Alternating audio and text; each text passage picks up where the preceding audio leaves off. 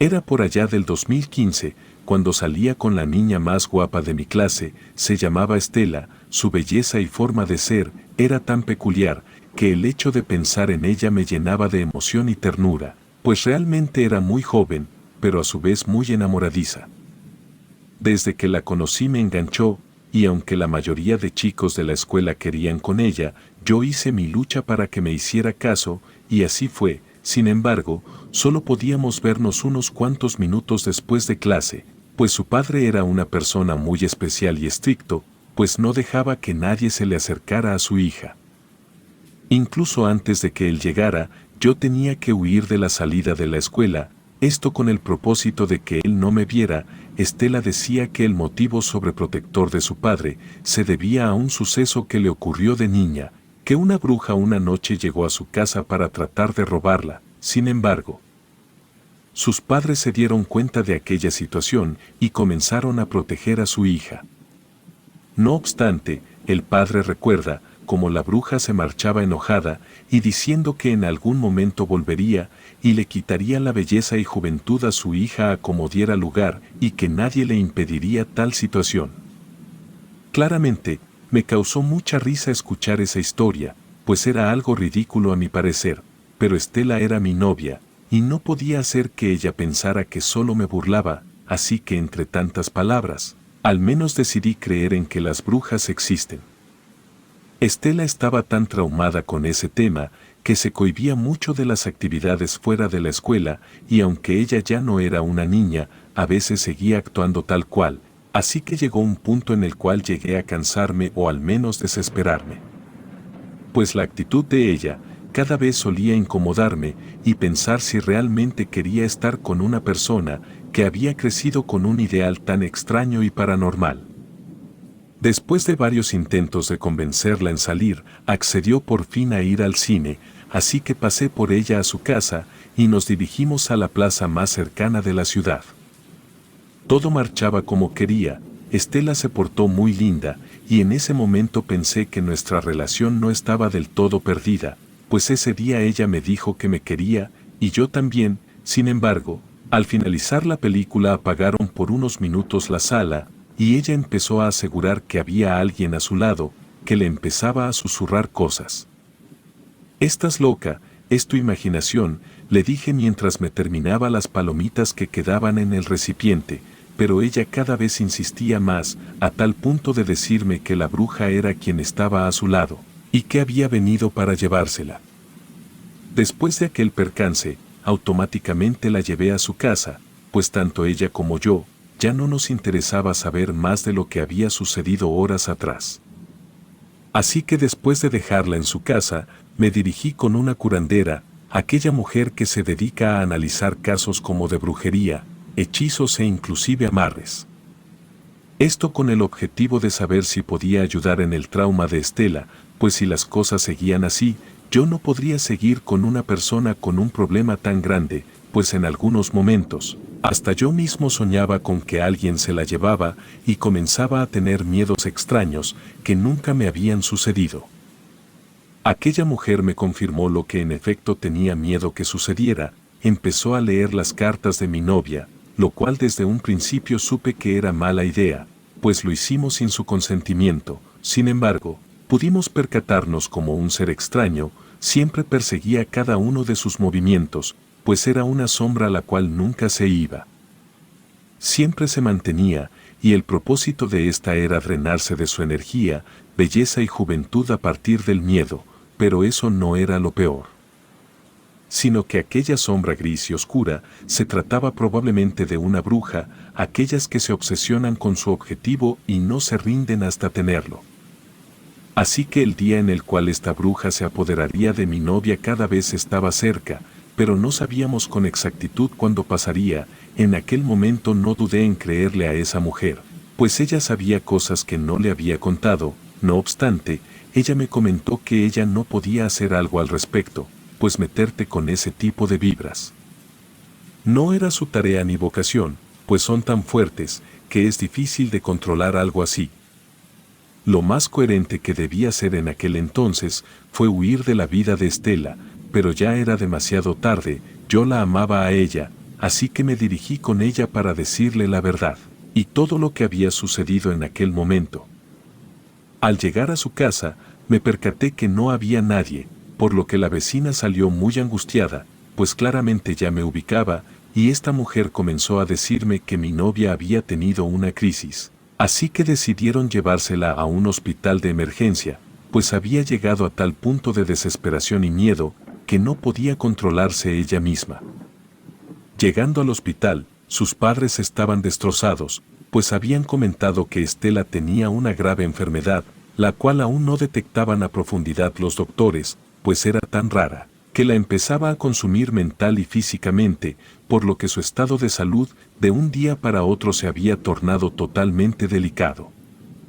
Mi temor fue tan grande que al otro día a primera hora volví a acudir con aquella mujer vidente, pues quizá ella me daría la respuesta de lo que estaba sucediendo, así que al encontrarme con ella, pudo descifrar que aquella bruja comenzaba a consumir y drenar aquellas energías por medio de una enfermedad.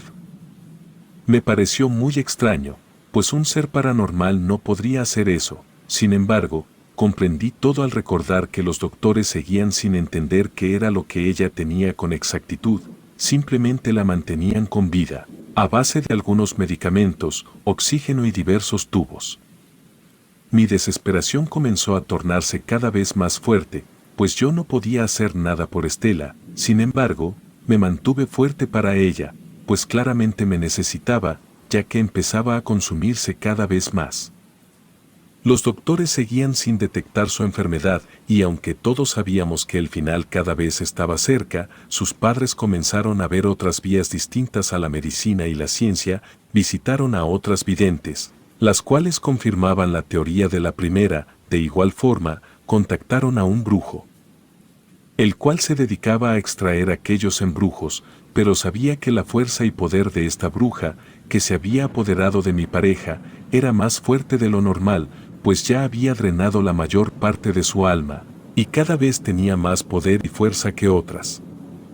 De igual forma, esta bruja se presentaba de distintas formas, pues desde el inicio nunca pudo verse su rostro, pero sí percibir su presencia, quizá escucharla y ahora apoderarse dentro de un cuerpo ajeno. Mis padres, al enterarse de aquel problema, me aconsejaron alejarme de esa familia, pues ya no podía aportar en nada, al contrario, mi vida corría peligro, pues los padres de Estela cada vez se desanimaban más, y al parecer aquella energía y alegría que tenían comenzaba a esfumarse, junto con la energía de mi novia. No pasaron más de 2 meses, y de aquella joven tan bella y llena de vida, ya no quedaba más, se había ido, ahora solo se encontraba una joven enferma, irritable y triste en espera de su muerte, pues esa enfermedad irreconocible degradó todo su cuerpo, así que a los pocos días ella falleció. Han pasado ya muchos años, pero aún me sigue doliendo contar esta historia, pues nunca pudimos hacer nada contra la fuerza paranormal. Aquella bruja ganó y cumplió su objetivo, llevarse a Estela. Claramente perdí contacto con sus padres, pero los rumores decían que se habían mudado de ciudad, pues ya no querían saber nada de aquel lugar en donde habían sucedido aquellos momentos de tristeza y desesperación. Aunque en el fondo me hubiese gustado hacer algo más, ni mi amor y apoyo incondicional pudieron ayudar. Es impresionante cómo la vida te puede mostrar a nuevas personas, pero también nuevas historias y anécdotas, las cuales pueden marcarte de por vida, como lo hicieron conmigo. Esta historia la conocen muy pocas personas, pues siempre dudan o incluso se ríen, pensando que es una broma o una historia inventada. No obstante, aquellas personas que me conocieron en ese año, saben muy bien el dolor y miedo que viví por mucho tiempo. Es ahí donde comprendí que no solo la bruja se llevó la energía y alma de mi novia, sino también de aquellas personas que la queríamos y apreciábamos. Desde aquel entonces, nunca más me atreví a acercarme a ese tipo de magia o personas aunadas a lo paranormal, pues ya no quería revivir aquellos momentos. Sin embargo, actualmente soy fiel creyente de que aquellas historias y anécdotas que la gente y conocidos suelen contar, en la mayoría de casos son ciertas, pues nunca estamos solos. Quizás siempre un espíritu o alma nos persigue, sin que nosotros lo identifiquemos, sin importar nuestra religión, creencias, estilo de vida y otros aspectos que nosotros como sociedad tomamos en cuenta. Quizá tú que estás escuchando, seas el nuevo elegido de aquella bruja o algún espíritu perdido en búsqueda de drenar alguna energía.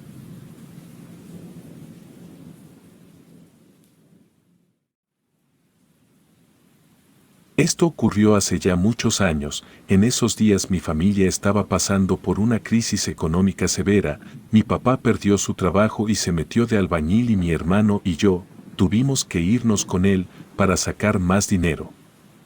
Nos salían buenos trabajos, gracias a Dios. En una ocasión nos contrataron para ir a hacer un trabajo a otra ciudad, pero nos teníamos que ir por nuestra cuenta, pero allá tenían la herramienta. El trabajo era grande, tardaríamos varias semanas en terminar el encargo, llenamos unos morrales con ropa, caminamos hasta la carretera y nos fuimos de aventón con un trailero. Nada más le pagamos 500 pesos por los tres. El viaje se extendió por varias horas, luego de bajarnos donde nos dejó el tráiler, caminamos por varias terracerías hasta que llegamos a un terreno rodeado por muchos árboles, en el cual ya habían varias personas de aspecto indígena esperando. Ese día cenamos unos frijoles con tortillas y café negro, descansamos bien, porque a partir del día siguiente sabíamos que nos esperaba una de aquellas, los indígenas nos prepararon como casas de campaña o algo así. Comenzamos a emparejar el terreno bajo el sol a punta de pala, el sudor era terrible, ese lugar era mucho más caliente que nuestra ciudad, lo que íbamos a construir no lo recuerdo bien, nos dijeron el nombre pero estaba en dialecto, era como un templo o una iglesia para los indígenas, que por cierto, ellos aparte de su lengua hablaban español y también inglés. Pasaron como 2 o 3 días, cuando nos llegó una noticia inesperada, las personas de los pueblos cercanos estaban reportando que una caravana de brujas se estaba acercando hacia donde estábamos nosotros. Los indígenas se miraban preocupados, uno de ellos comentó que ver una bruja era cosa diaria, pero una caravana ya era para preocuparse. Nosotros nos acercamos con ellos para saber qué iba a pasar, dijeron que antes del anochecer, debía llegar la persona que iba a pagar y ya él nos diría qué hacer. En efecto, antes de las 7 llegó el señor que nos había contratado, los indígenas le comentaron lo de la caravana de brujas, él sacó el dinero y se lo dio a mi papá, luego le dijo que necesitaba que termináramos la obra sin contratiempos. Mi papá volteó a vernos y con un gesto nos dijo todo, nos íbamos a quedar. Después el líder de los indígenas, el señor y mi papá se alejaron de todos y algo platicaron. Cuando mi papá regresó, nos dijo que podíamos quedarnos tranquilos, que el señor tenía un amigo que se encargaría de protegernos de las brujas, las cuales de seguro llegarían en unos 3 días más. En esos 3 días mi hermano y yo, estuvimos trabajando a toda velocidad, queríamos terminar lo más pronto posible para volver a casa, porque a los dos nos daban mucho miedo las brujas. Era de noche, ya habíamos cenado y nos estábamos terminando el café, cuando escuchamos el galopar de un caballo que se fue frenando poco a poco hasta detenerse, el galopar estaba acompañado del sonido de ruedas. Los indígenas rápido arrojaron tierra sobre el fuego para apagar la fogata y nos hicieron la seña de que no hiciéramos ningún ruido. Hubo un infinito minuto de silencio absoluto, luego se empezaron a escuchar pasos y ramas moverse, esos sonidos empezaron a sonar cada vez más rápido, alguien se estaba acercando a toda velocidad. La tenue luz de la luna llena fue suficiente para que me diera cuenta de que una mujer venía hacia nosotros, pero cuando ya estaba a pocos metros apareció un monstruo y la embistió, le mordió un brazo y se la llevó a rastras hasta perderse entre los árboles. Mi hermano y yo estábamos pálidos del miedo, la bruja era lo de menos, acabábamos de ver un monstruo enorme, nos quedamos despiertos unas horas más hasta que el sueño nos venció. Durante el día siguiente, trabajamos con la incertidumbre y la duda, la inquietud e incomodidad era evidente entre todos nosotros, pero nadie quería hablar de lo que habíamos visto la noche anterior. Un día después, uno de los indígenas llegó gritando algo en su dialecto, nosotros claramente no le entendimos, pero nos hicieron señas de que fuéramos a ver algo. Mi papá no estaba muy seguro de ir, pero mi hermano y yo le insistimos hasta que aceptó. Apuramos el paso para alcanzar a los demás y llegamos hasta un lugar entre los árboles en el que observamos una horrorosa escena. Había una mujer muerta, tenía unos grandes surcos en la espalda, hechas quizás por unas largas garras, que al parecer perforaron sus pulmones. Había un gran charco de sangre ya seca. El jefe de los indígenas le dio la vuelta al cuerpo, y ahí nos dimos cuenta de que le faltaba el corazón. La muerta llevaba alrededor de su cuello un collar hecho con dientes. El jefe de los indígenas volteó a vernos y nos dijo que se trataba de una bruja. Ahí dejamos el cuerpo y volvimos al lugar de la obra. Mi padre, mi hermano y yo continuamos trabajando, y los otros siguieron con lo suyo. En todo ese tiempo nunca supe qué hicieron, porque hablaban en su dialecto y de vez en cuando en inglés. Yo tenía la sospecha de que no hablaban en español, para que nosotros no nos enteráramos de lo que decían. Al día siguiente, se soltó un aguacero, lo cual impidió que ese día trabajáramos, y todo ese día lo aprovechamos para platicar con los indígenas que eran 1000 veces más listos que nosotros. Yo me sentía un ignorante al lado de ellos. Cuando mi papá se quedó sin preguntas, yo aproveché para preguntar sobre las brujas, específicamente sobre por qué querían llegar hasta donde estábamos nosotros. Lo que me respondieron fue que lo que nosotros estábamos construyendo, ellos lo iban a utilizar para rezarle a una deidad, contraria a la deidad de las brujas, y que por eso querían evitar que la obra se terminara. Mencionaron que estaban seguros que las brujas iban a seguir intentando, pero que no teníamos nada de qué preocuparnos porque nos seguirán protegiendo. Entonces yo pregunté qué era eso que había matado a la bruja. El líder de los indígenas me dijo que esa criatura era producto de la magia negra y ritos satánicos, y que era un monstruo creado específicamente para enfrentar brujas. Pregunté si se trataba de un nahual, pero me dijeron que no. Me dieron el nombre, pero, una vez más, estaba en su dialecto y no puedo pronunciarlo. Al caer la noche, como no había dejado de llover durante todo el día, hacía un frío terrible, se sentía feo hasta respirar, y nosotros no habíamos llevado ni chamarra ni nada. A mitad de la madrugada, tuve que salir de la casa de tela porque tenía muchas ganas de orinar, y aunque hacía demasiado frío, ya no me podía seguir aguantando. Salí, y fui hacia un árbol que no estaba tan lejos, pero antes de llegar empecé a ver un montón de luces de colores que estaban a lo lejos, pero estaban en todas direcciones. Luego escuché un grito tan fino y chillante que parecía que mis oídos reventarían. De seguro se trataba de una bruja. Rápido me di la vuelta para regresar con mi hermano y con mi papá, pero cuando estaba a escasos centímetros, sentí como una mano se posó sobre mi hombro. No quería voltear, pero lo hice por mero instinto. Lo que me había agarrado era una mujer. Me estaba mirando con una sonrisa en la cara, mostrando sus amarillentos y engusanados dientes. La bruja puso más fuerza en la mano con la que me estaba agarrando el hombro. Pude sentir como sus uñas se estaban enterrando en mi carne. Sentía tanto dolor que caí de rodillas. Estaba llorando, y quería gritar, pero no me salía la voz. Yo sentía que en cualquier momento me iba a morir, ya fuera porque me matara la bruja o de un infarto, debido al miedo, pero se me figuraba que ya no salía vivo de esa.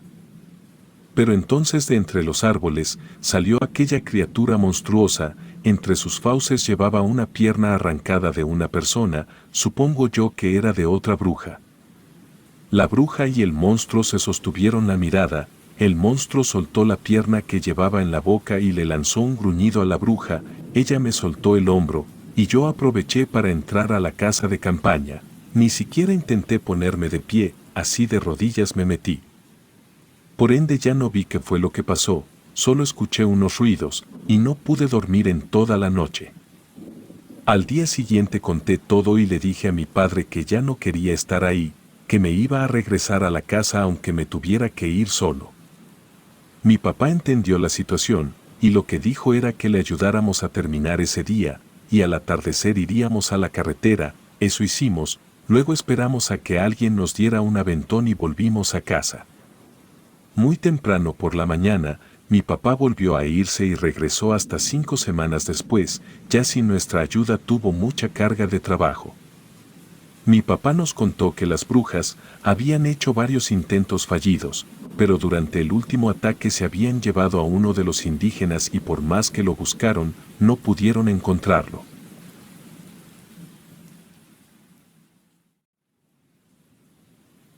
Nací en Monterrey, y debido a mi buen promedio gané una beca para estudiar en Europa, específicamente en la zona sureste de Italia, en la costa.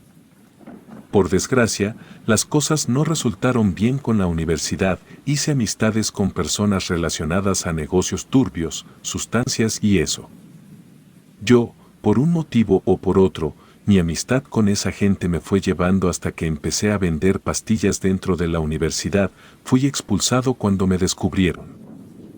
Ellos, que, aunque eran criminales, eran mis amigos, me ayudaron a conseguir empleo, podría decirse que era de taxista exclusivo.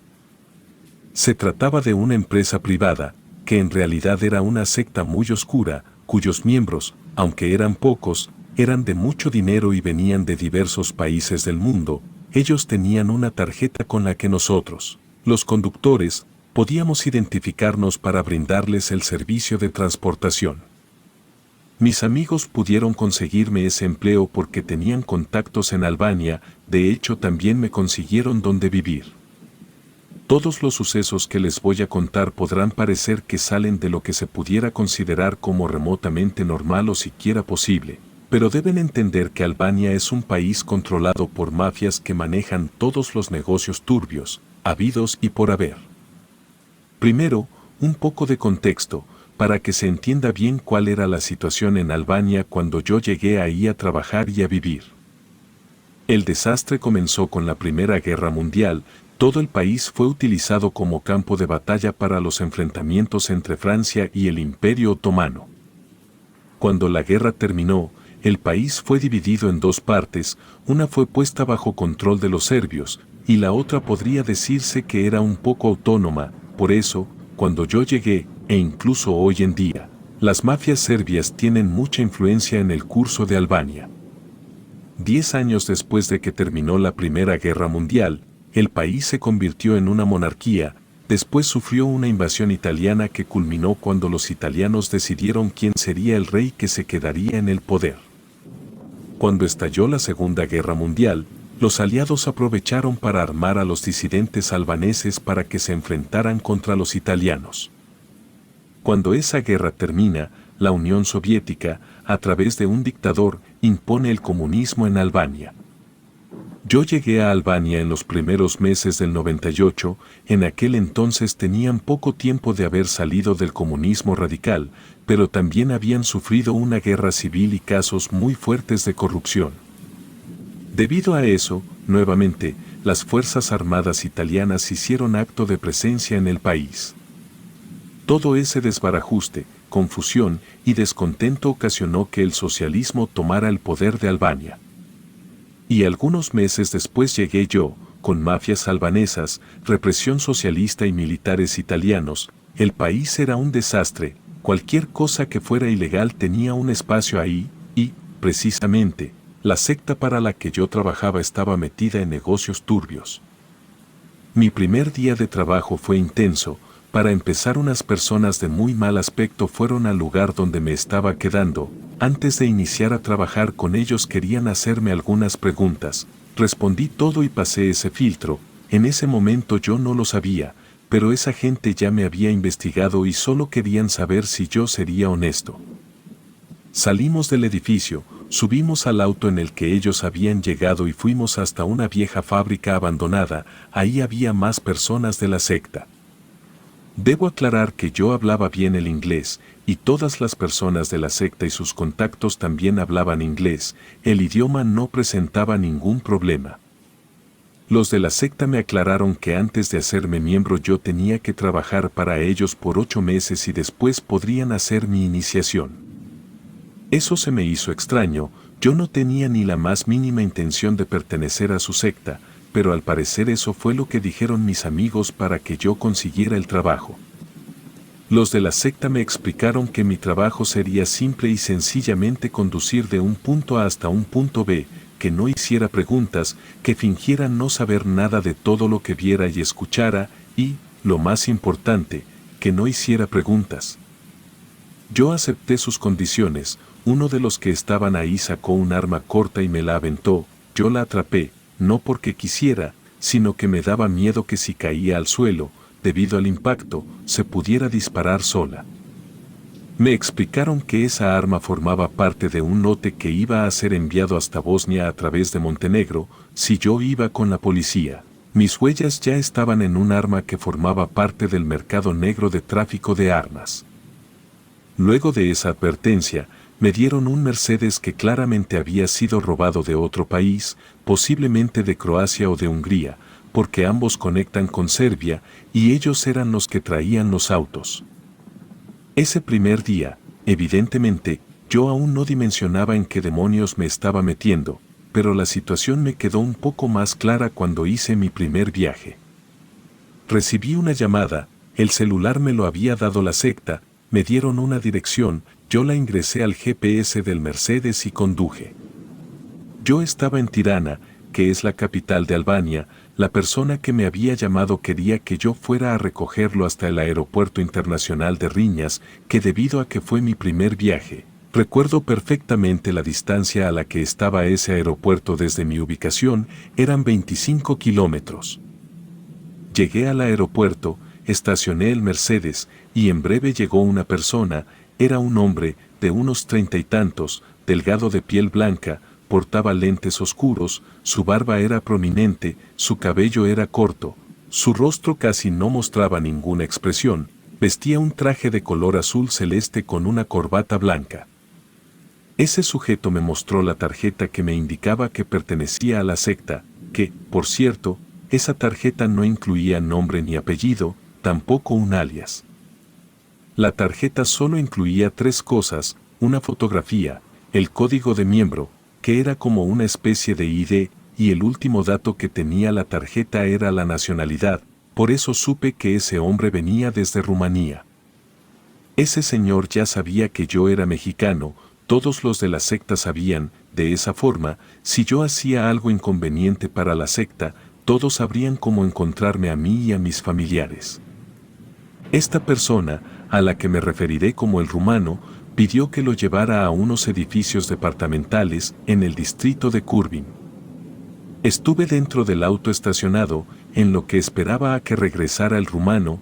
Al poco tiempo pude ver que, del otro lado de la calle, un Mercedes casi idéntico al que traía yo, se metió en un callejón, luego varias personas con muy mala pinta entraron. Si me preguntan, ahí estaba ocurriendo algo relacionado con el tráfico de sustancias.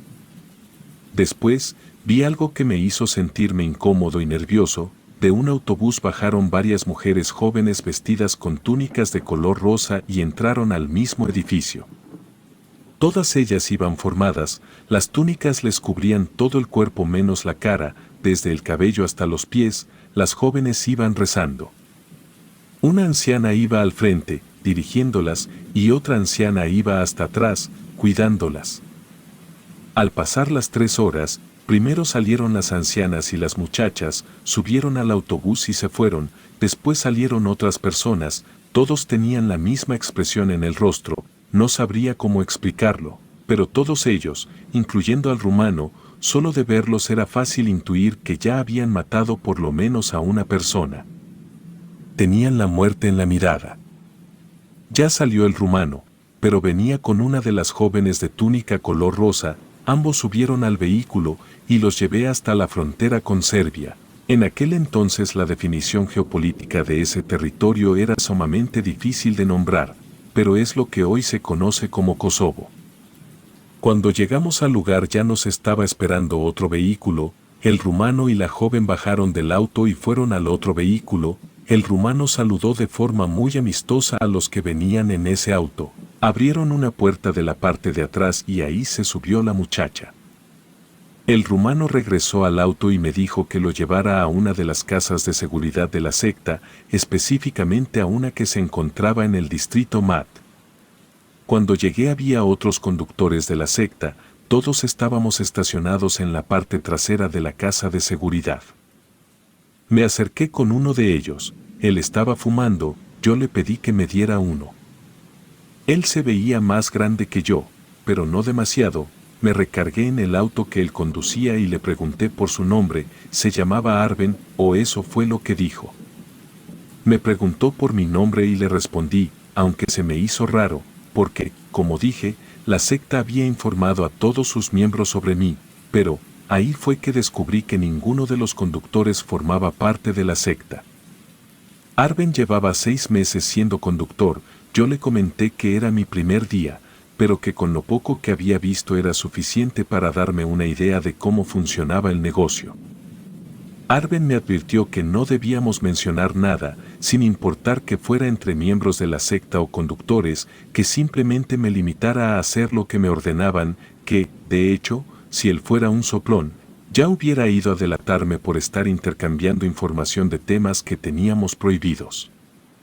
Me disculpé y continué fumando el cigarro. A los pocos minutos llegó una prominente camioneta. Arben me dijo que mejor fuera a recargarme al auto que me habían otorgado, y que, de preferencia, agachara la mirada cuando la persona se bajara de la camioneta. Esas palabras, lejos de asustarme, me llenaron de intriga. Volví al Mercedes. Al paso de un minuto, de la ostentosa camioneta bajó una persona muy excéntrica. Sus ropas eran relativamente ordinarias, pero lo más extraño de todo era la gigantesca cabeza cadavérica que llevaba a modo de máscara. Seguro se había tratado de un animal de ganado. Una de las personas que venía acompañando al misterioso sujeto se percató de que yo había visto en lugar de agachar la mirada. Esa persona se me acercó y me dijo que tenía suerte de ser el nuevo, que solo por eso me iba a dar otra oportunidad, pero también me advirtió que a la próxima nadie se iba a acercar conmigo, sino que terminaría con una bala en la cabeza. Yo solamente asentí con la cabeza. Las siguientes 2 semanas fueron medianamente normales. Moví a algunas personas que me daban muy mala espina, y estoy casi seguro que un doctor al que moví de una clínica hasta la frontera llevó órganos extraídos de forma ilegal, pero no vi nada que fuera demasiado perturbador. Hasta que un día, transporté a una mujer hasta el condado de Shkodër, en el norte de Albania. Ahí llegué hasta una propiedad alejada de la urbe. Nuevamente estábamos varios conductores. Al parecer se llevaría a cabo una reunión importante. Ahí me encontré a Arben, el conductor al que le había pedido un cigarro unos días antes. Cuando hicimos contacto visual él estaba fumando. Yo quise acercarme para pedirle uno, pero él me lanzó la cajetilla, dándome a entender que no era buena idea que nos vieran conversando. Luego acercó 2 dedos a sus ojos y me hizo una seña sugiriendo que pusiera mucha atención porque iba a haber algo fuera de lo normal. A los pocos minutos llegó una furgoneta blanca. De ahí bajaron varias personas, hombres y mujeres, de todas las edades. Por su apariencia se notaba que no eran europeos, sino que eran de países de América Latina. Durante varias horas se pudieron escuchar cantos, risas, gritos y súplicas. Algo horrible estaba sucediendo dentro, afuera del alcance de mi vista, y eso era lo que más me perturbaba. Yo sentía mucha impotencia, no podía hacer nada, y si intentaba acudir con las autoridades o si dejaba el trabajo, las consecuencias serían fatales. Finalmente los miembros de la secta fueron saliendo de uno por uno. Vi al rumano, otro conductor se lo llevó. No todos los miembros tenían conductor, muchos iban en sus propios autos. Hasta donde tenía entendido, los vehículos eran para mover a los extranjeros. Todos los conductores se fueron, solo quedaba yo. Salió la mujer que yo estaba moviendo, iba platicando con un hombre, se despidieron. La mujer caminó para subirse al auto y que nos fuéramos, y el hombre con el que ella estaba platicando resultó ser el conductor de la furgoneta blanca. Él se fue y no se llevó a ninguna de las tantas personas que había llevado al lugar. Todos estaban muertos.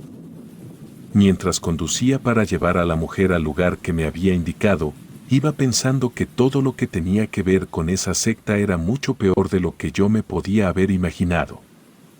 Hasta ese punto había presenciado, siempre de forma indirecta, tráfico de armas, de sustancias, de mujeres, de órganos, y ahora una masacre de inocentes.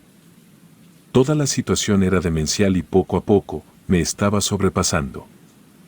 Aún así logré resistir. Durante los siguientes 6 meses mi vida se volvió un bucle. Todos los días iba a algún punto fronterizo. Podía ser al mar para transportar a algún miembro de la secta que llegaba por barco o yate privado, o podía ser a los 2 distritos que limitaban al noroeste con Montenegro. De vez en cuando iba al distrito que era la frontera con lo que hoy es Kosovo. También podía ser a cualquiera de los 3 distritos que conectaban con Macedonia o a uno de los 3 distritos que limitaban con Grecia. En esos 6 meses, fui por lo menos 20 veces a cada uno de esos distritos. En 4 ocasiones me tocó llevar mujeres jóvenes hasta lo que hoy es Kosovo, de las que iban vestidas con una túnica rosa, las cuales, evidentemente, eran para el mercado de trata de blancas. También llevé a diferentes miembros de la secta a reuniones similares a la que fueron llevados los latinos para ser asesinados. En total fueron 5 más de esas atrocidades. Era una situación realmente horripilante. Recuerdo que en una ocasión vomité de tantos gritos que podía escuchar. Pero, y espero no juzguen, no dejé el trabajo. Se cumplieron los 8 meses y finalmente llegó el día de la ceremonia en la cual sería mi iniciación.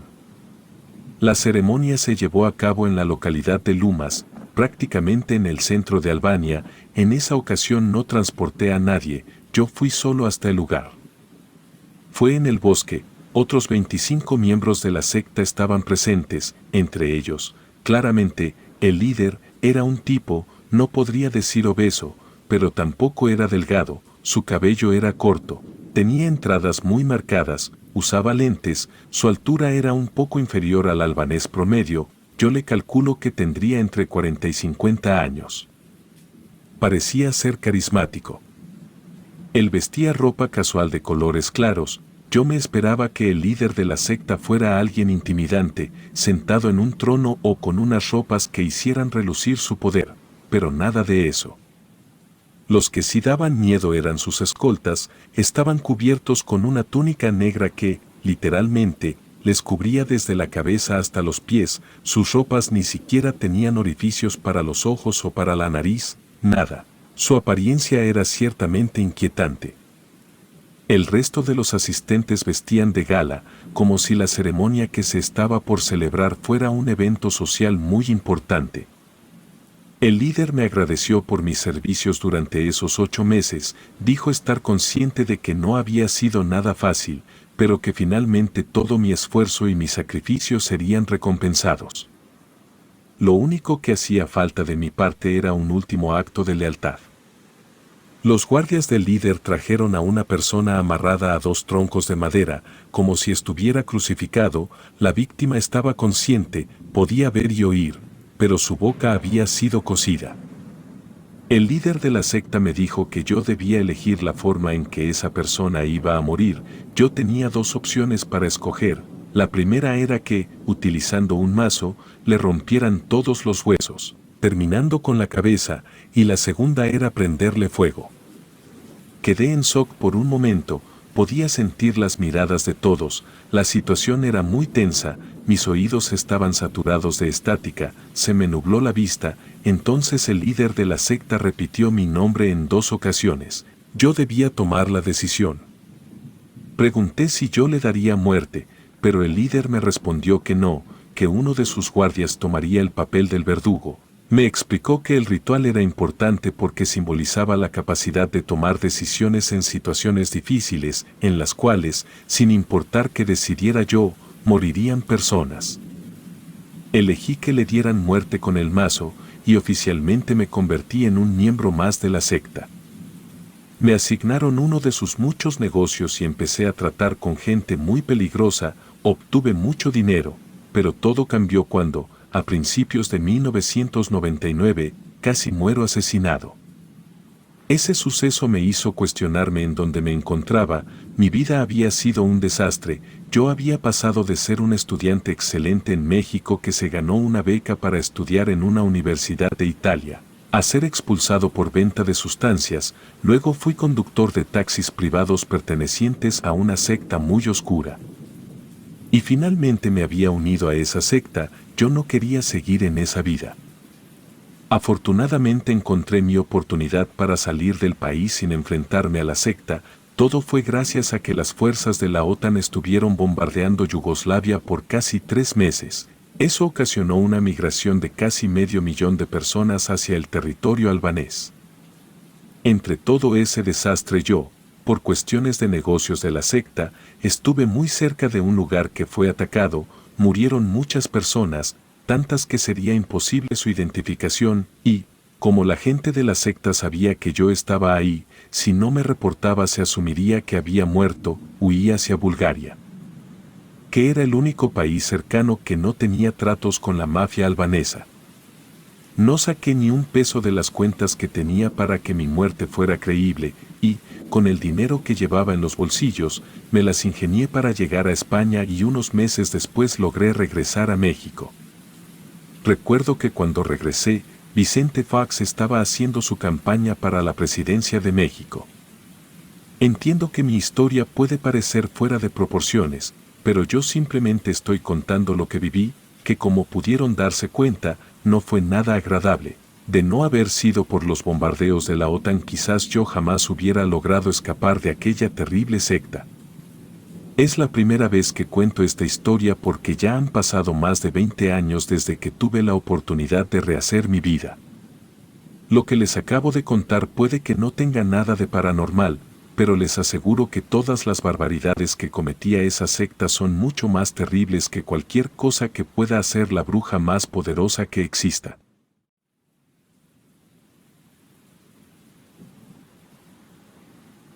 A veces pienso en que, a muchas cosas inexplicables, se les ha dotado de una explicación romántica y positiva, historias que fueron creadas para dejar de tener miedo a la realidad aterradora, que resulta encontrarse con un ser que no pertenece a nuestro plano de existencia, o tal vez puede que nosotros mismos seamos aquellos que invaden el espacio donde alguna vez dominaron.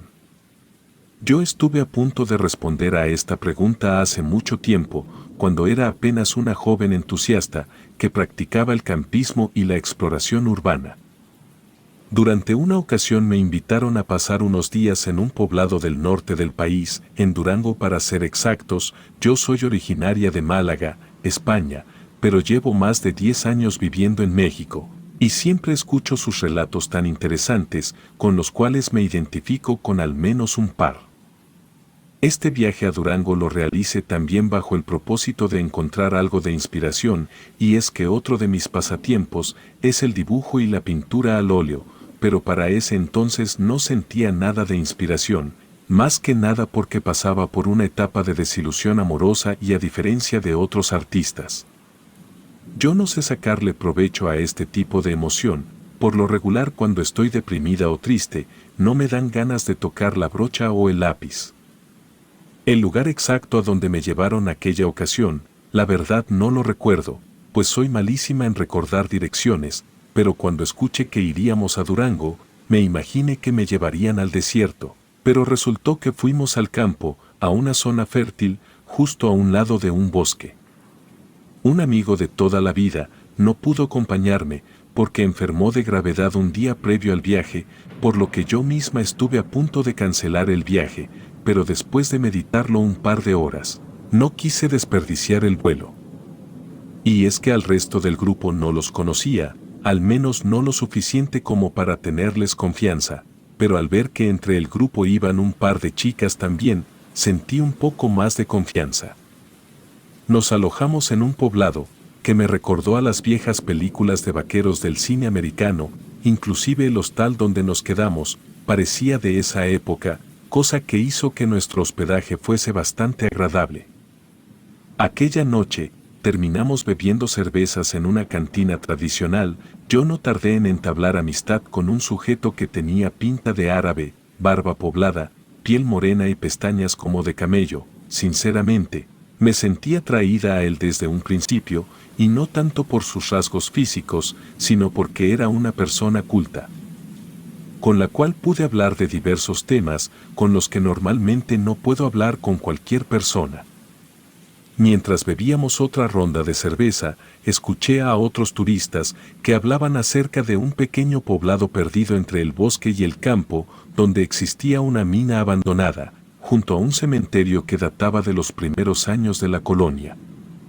Según ellos, ahí ocurrían cosas extrañas, muy parecidas a lo que ocurría en la zona del silencio, lugar que hasta la fecha no tengo el gusto de conocer, pero he escuchado que los aparatos eléctricos fallan, lo mismo que las brújulas se vuelven locas. Sentí mucho interés por aquel lugar, aunque no quise creer mucho acerca de lo que hablaban estos turistas, si deseaba ver un cementerio antiguo. Así pues, me acerqué a ellos para ver si podrían indicarme qué camino tomar para llegar a aquel cementerio. Me trazaron qué camino seguir en un mapa, y después de que coquetearan conmigo, les agradecí y me alejé de la mesa. Le mencioné a un par de chicos del grupo acerca de este lugar, pero me dijeron que ellos iban exactamente en dirección contraria, además de que la zona en la que pensaban acampar quedaba demasiado retirada, por lo que no tendríamos oportunidad de ir tras lo que ellos nombraron, un lugar de fantasía. Fuera a causa del calor de la bebida o que algo más me llamaba, terminé convenciendo a este chico con pestañas de camello y otra chica de separarnos del grupo e ir en busca del cementerio. A la chica, que se llamaba Laura, no fue difícil convencer, pues ella era fotógrafa y si encontrábamos un lugar como ese, era muy probable que realizara buenas fotografías, que después vendería a algún diario de la Ciudad de México. Entonces, Mauricio, Laura y yo, terminamos separándonos de los demás sujetos, cosa que fue muy acertada, pues tiempo después nos enteramos de que no eran buenas personas e intentaron abusar de la otra chica que viajaba con nosotros, quien de no ser porque iba una familia pasando por el lugar, quién sabe qué le habría pasado. El caso es que anduvimos por una brecha, que nos llevó hasta la entrada de un rancho abandonado, y después de seguir por un camino sobre la sierra, llegamos a una especie de mirador, donde sentí resurgir mi inspiración, así que comencé a tomar unos bosquejos en un cuaderno que siempre cargo conmigo. Cuando reanudamos la marcha, comenzaba a oscurecer, y yo me sentía decepcionada de no poder encontrar a ninguna persona a quien preguntarle acerca del lugar del que había escuchado. Entonces me sentí estúpida por haber ido tras una falacia, ir detrás de un paraje del cual no tenía más certeza que unos garabatos sobre un mapa. En eso, escuché a Mauricio decir que alcanzo a ver una especie de mausoleo, a lo lejos, sobre un terraplén. En eso buscamos algún paso, alguna brecha que nos permitiera bajar e ir hasta aquel lugar. La encontramos, aunque fue difícil caminar, ya que la maleza se había adueñado de todo el camino. Con dificultad, logramos llegar al terraplén y después de mover algunas hierbas, nos topamos con que habíamos llegado al fin a nuestro destino. Realmente no eran muchas tumbas, a lo mucho contamos 10, eso sí, todas bien ornamentadas. De entre todas, lo que más relucía, era una cúpula de lo que aparentaba ser un mausoleo. El acceso no fue difícil, pues la reja que guardaba la entrada estaba tan oxidada, que se rompió apenas la tocamos. Dentro olía bastante mal, aunque encontramos pistas de que alguien más estuvo visitando el lugar, pues encontramos latas de cerveza, botellas deteniendo velas de cebo. Bajamos hasta las catacumbas dentro de la cripta, tuvimos que hacer uso de linternas para poder ver dentro, y no alcanzamos a ver ninguna inscripción en ninguna lápida, pero sí vimos varios símbolos que nos indicaron que el lugar fue frecuentado por alguna persona que practicaba la brujería. Laura, emocionada por la oportunidad de capturar imágenes inusuales, comenzó a tomar fotografías, mientras Mauricio y yo continuamos explorando. De repente, escuchamos un susurro débil que parecía surgir de las sombras. La atmósfera se volvió densa y cargada de energía.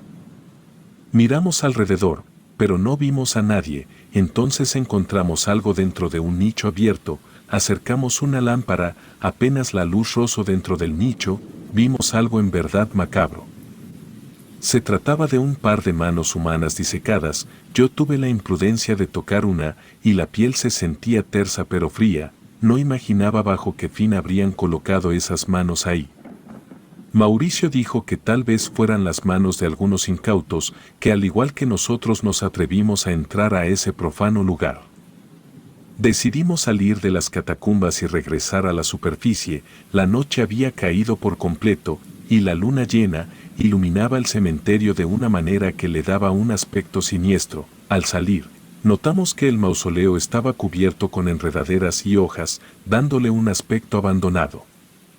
Como ya era tarde y Laura deseaba hacer más fotografías, decidimos levantar el campamento en una planicie cercana que se veía despejada. La noche transcurría en tranquilidad, como solo puede sentirse en el campo. Encendimos una fogata y compartimos una comida. Yo me sentía triunfante de haber llegado hasta ese lugar, pero de pronto comenzamos a notar cierto resplandor por encima del terraplén, donde se encontraba el mausoleo. A simple vista parecían unas esferas hechas de puro fuego. Minutos después, notamos que el fuego se posó casi enfrente de donde encontramos el mausoleo. En eso, Mauricio, apagando el fuego, nos sugirió guardar silencio, pues habíamos caído directamente en el lugar de reunión de unas brujas.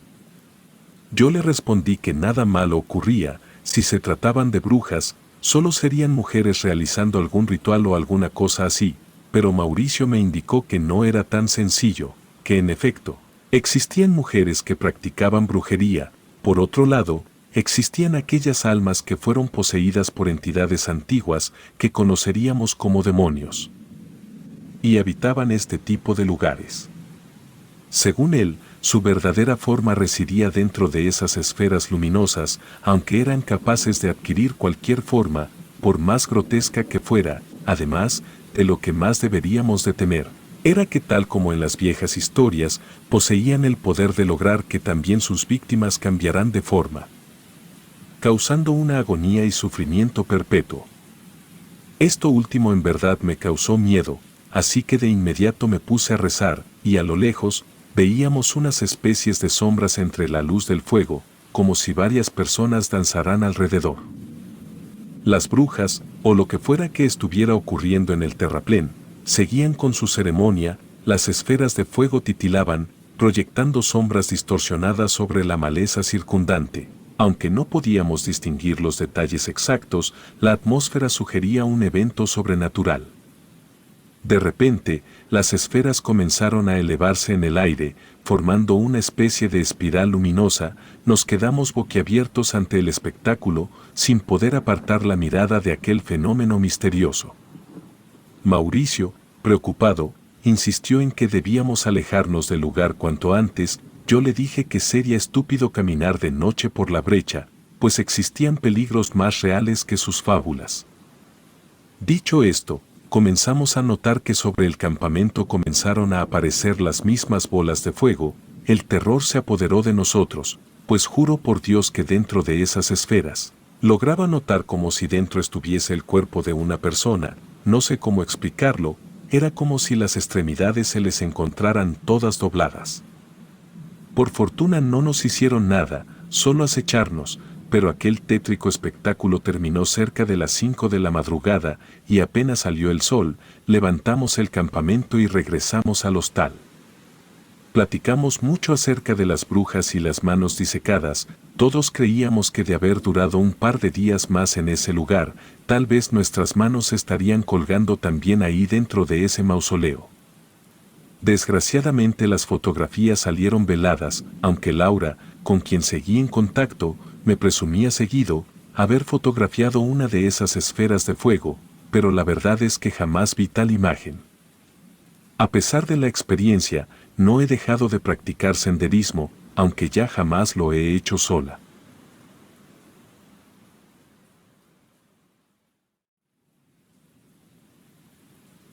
La historia que voy a relatar no es nada alegre, trata de mi matrimonio, específicamente sobre esa frase que se dice, hasta que la muerte los separe. Yo me casé muy joven. Recuerdo que cuando en ese entonces mi novio me lo propuso, yo tenía 19 años, vivía en una familia muy tradicional, así que eso no le sentó nada bien a mi padre. Hasta antes de ese punto, nuestra relación había fluido bastante bien, me escribía cartas, dibujos, y me regalaba cosas, nada muy caro ni llamativo para que mi padre no lo notara. De hecho, mi padre ni siquiera sabía que yo tenía novio, siempre fuimos discretos, lo mantuvimos en secreto por 5 años, así que cuando lo llevé a casa a hablar con mi padre, las cosas explotaron. Mi padre lo golpeó brutalmente y lo corrió de la casa apuntándole con un arma. Hasta ese momento había sido la cosa más terrible que jamás había visto. Esa noche escapé de casa, mi padre me tenía encerrada en la habitación, así que tuve que romper la ventana, no me llevé nada más lo que traía puesto. Para cuando mi padre llegó a mi cuarto yo ya estaba del otro lado de la calle, corrí hasta la casa de mi novio, él vivía con sus padres, y los señores me recibieron muy bien, no me culpaban de nada. De hecho nos llevaron a la central de camiones y nos pagaron los boletos, para irnos a otra ciudad, lejos de mi padre. Al llegar a la otra ciudad, lo primero que hicimos, antes incluso de buscar dónde pasar la noche, fue ir al registro civil a casarnos.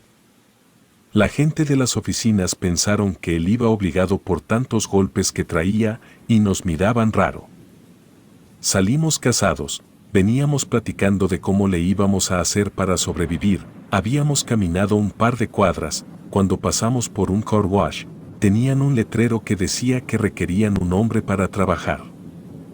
Mi esposo entró a preguntar y le dijeron que sí, que se presentara al día siguiente, a eso de las 10 de la mañana, aprovechó para preguntar si alguien de casualidad sabía de un cuarto para rentar y le dieron una dirección, tuvimos que caminar como 1 hora para llegar. Era la casa de una viejita, estaba rentando un cuarto que tenía en el patio trasero de su casa. Nosotros le contamos todo lo que habíamos pasado y le aclaramos que no teníamos ni un solo peso, pero que mi marido ya tenía trabajo, así que sí podríamos pagarle, aceptó rentarnos el cuarto. La señora en verdad fue muy amable. Estuvimos viviendo ahí durante 1 año, al car wash le fue muy bien, tanto que pasó de lavar cualquier tipo de auto a solo lavar autos deportivos. Triplicaron sus precios y aún así siempre tenían fila. Mi marido ganaba muy buen sueldo más propinas, fue por eso que pudimos movernos a una casa, rentada igual, pero al menos ya teníamos más espacio. Vivíamos cómodamente, siempre tratábamos de gastar lo menos posible, porque estábamos ahorrando para nuestra boda por la iglesia. Luego de 4 años, finalmente pudimos realizar la ceremonia religiosa, mi padre no asistió, todo hubiera sido perfecto, pero después de que el padre dijera la frase, hasta que la muerte lo separe, mi marido cayó muerto, le dio un infarto fulminante. Yo quedé destrozada, aún así no volví con mis padres, fui a vivir con los padres de mi difunto esposo, ni siquiera tuve que pedirlo, ellos mismos me llevaron sin preguntar. Sin mi esposo, mi vida se sumergió en un luto perpetuo, solo abrazando sus cenizas, yo me hundía cada vez más. Cuando toqué fondo, luego de algunos años, me dije que ya no podía más, que necesitaba ver a mi esposo al menos una vez más. Y lo único que se me ocurrió fue empezar a hablarle al relicario de sus cenizas, por supuesto que no hubo respuesta, cerré los ojos y empecé a rezarle al de arriba, le supliqué que por favor me devolviera a mi amado al menos por una última noche. No ocurría nada así que decidí hacerle la misma petición al de abajo. No pasaron ni 10 segundos, cuando la ornamenta de las cenizas de mi esposo reventó en 1000 pedazos y sus restos quedaron regados por toda la habitación. Salí corriendo directo al baño, porque algunos pedazos de metal me habían hecho cortadas, apenas iba a llegar, cuando la madre de mi marido gritó y me preguntó qué era lo que había pasado. Le dije que se me había caído un plato de vidrio, que todo estaba bien. Luego entré al baño, me puse jabón en las heridas y empecé a limpiarme despacio, cuidando de no lastimarme más. En ese momento empecé a escuchar ligeros susurros, termina con tu vida, hazlo para que puedas acompañarme, estaremos juntos. Eso me causó un tremendo escalofrío, mi esposo jamás me pediría una cosa tan terrible, salí del baño y empecé a caminar por la casa, intentando averiguar de dónde provenían aquellos susurros.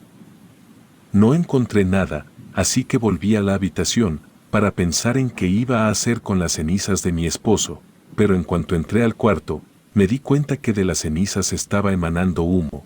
De hecho, en el cuarto se sentía un calor extraño. Intenté levantar un pedazo del relicario, pero tuve que soltarlo inmediatamente, porque estaba ardiendo, como si hubiera estado expuesto al sol durante horas. Eso era rarísimo, creo que era evidente que algo muy malo había pasado, luego de la petición que le había hecho al de abajo. Volví a escuchar los susurros que me pedían que me matara, yo tapé mis oídos pero aún así los escuchaba, y sonaban cerca, de hecho creo que estaban justo detrás de mí. Me giré pero no vi a nadie. Salí de la habitación, afuera ya no se escuchaban los susurros. Empecé a alterarme, porque me daba pánico tener que explicarle a mi suegra lo que estaba pasando. Yo estaba en la cocina, temblando, cuando sentí que algo me abrazó por detrás, pero no de forma agradable, sino que era como si una presión me rodeara el cuerpo y lo presionara prohibiéndome el movimiento.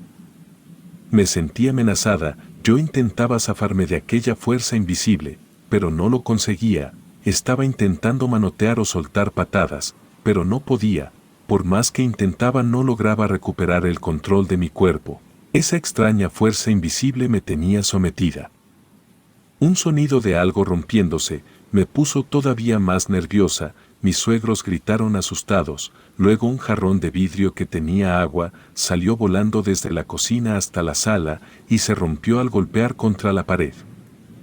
El calor que sentí en el cuarto, ahora empezaba a sentirlo en la cocina, era como si lo que sea que se hubiera manifestado, ahora se estuviera apoderando de todo el lugar.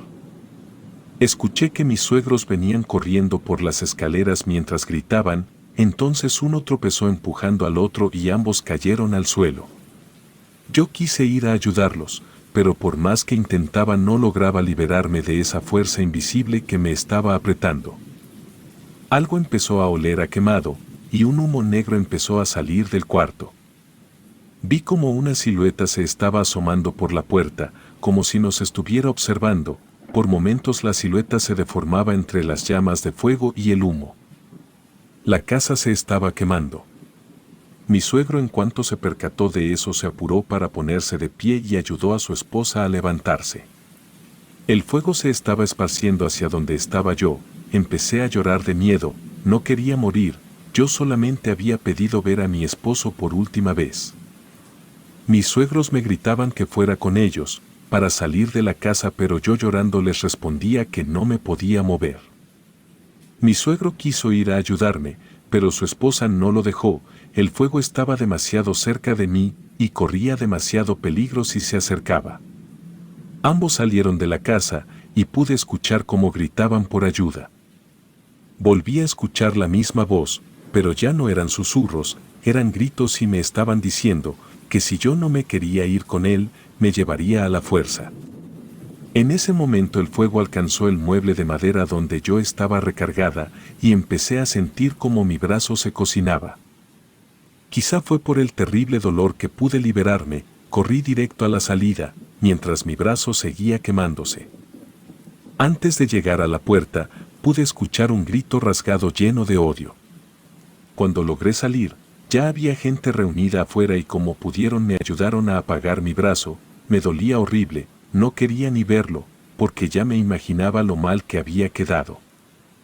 La ambulancia llegó primero que los bomberos, nos atendieron, por suerte ninguno de los tres teníamos nada grave, mis quemaduras solo dejarían una fea cicatriz, pero nada más que eso, aún así, nos llevaron al hospital para revisarnos bien.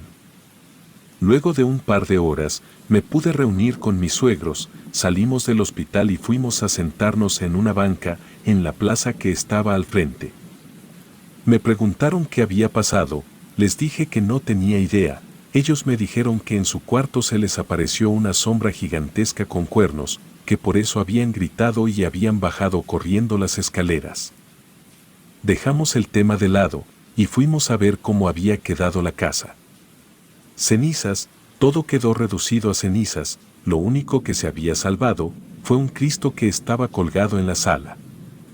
Mis suegros se fueron a vivir con otro de sus hijos y yo, muy a mi pesar, tuve que volver a casa de mis padres. Hace un par de años murieron mis suegros y nunca les dije que todo aquello que ocurrió fue culpa mía. Relatos escritos y adaptados por Ramiro Contreras.